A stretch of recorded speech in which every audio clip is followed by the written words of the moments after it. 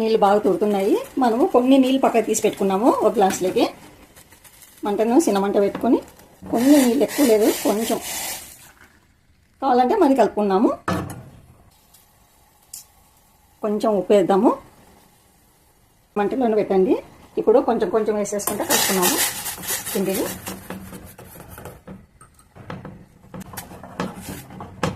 పని చేద్దాము గ్యాస్ని. ఇప్పుడు ఒక 10 నిమిషాలు మూతని పెట్టి ఒక 10 నిమిషాలు ఉంచుదాము. ఒకసారి పిండిని ఇంకా తీసేసుకున్నాము.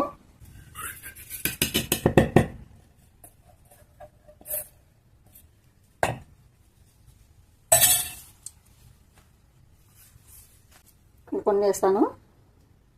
ఈ వేడి నీళ్ళతోనే పిండిని కలుపుకోండి, చల్లనీళ్ళు వేయద్దండి. ఇంకా కలుపుదాం. బాగా సాఫ్ట్గా వచ్చింది ఇప్పుడు పిండి.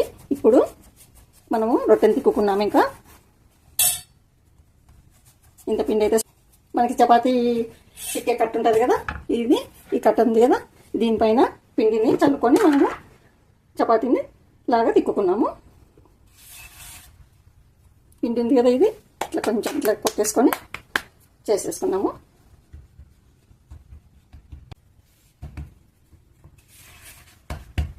తిక్కేద్దాం. ఇంకా నిదానంగా తిక్కోండి.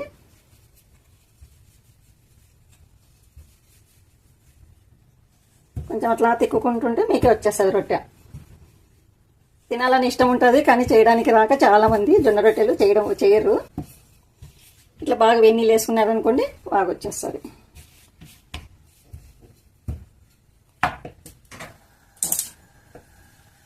ఈ కొనలు ఉంటాయి కదా, అంత కచ్చలు ఉంటాయి కదా, ఈ కొనలు ఒకటి మాత్రం మరసంగా ఇట్లా చేతితో ఇది ఉంది కదా, దీంతో ఇట్లా కొట్టేసుకోండి.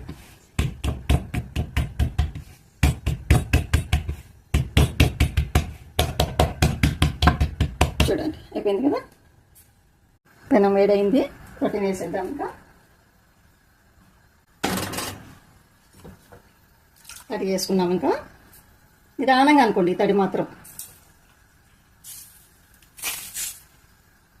ఈ రొట్టె తిప్పడము చేయడము అంతా తిప్పేద్దాం. ఇంకా పిండి ఇంకా తిప్పేసుకున్నాము.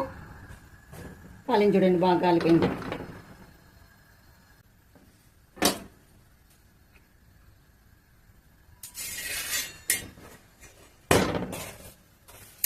అయిపోయింది. ఇంకా స్టవ్ బంద్ చేద్దాము.